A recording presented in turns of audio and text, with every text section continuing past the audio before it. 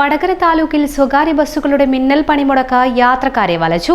തലശ്ശേരി തൊട്ടിൽപ്പാലം റൂട്ടിൽ സർവീസ് നടത്തുന്ന ബസ് കണ്ടക്ടർക്ക് നേരെ പെരിങ്ങത്തൂരിൽ വെച്ചുണ്ടായ ആക്രമണത്തിലെ പ്രതികളെ അറസ്റ്റ് ചെയ്യണമെന്നാവശ്യപ്പെട്ട് തലശ്ശേരി റൂട്ടിൽ നടത്തുന്ന പണിമുടക്കിന് ഐക്യദാർഢ്യം പ്രഖ്യാപിച്ചാണ് വടകര താലൂക്കിലും പണിമുടക്ക് നടത്തുന്നത്.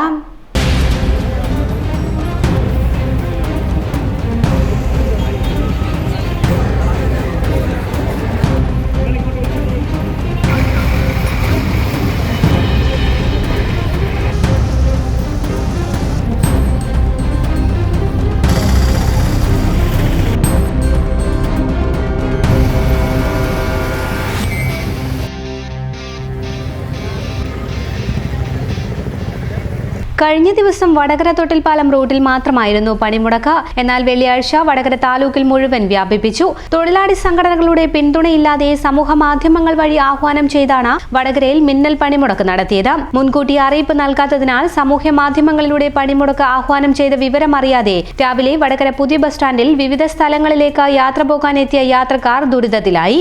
വടകരയിൽ നിന്നും പ്രധാനമായി സർവീസ് നടത്തുന്ന നാഥാപുരം, കുറ്റ്യാടി, തൊട്ടിൽപ്പാലം റൂട്ടുകളിലേക്ക് ബസ്സുകൾ ലഭിക്കാത്തത് ഏറെ ബുദ്ധിമുട്ടിനിടയാക്കി. ഈ ഭാഗങ്ങളിലേക്ക് എത്തിച്ചേരാൻ ടാക്സി ജീപ്പുകൾക്ക് വൻ തുകയാണ് യാത്രക്കാർ നൽകേണ്ടി വരുന്നത്.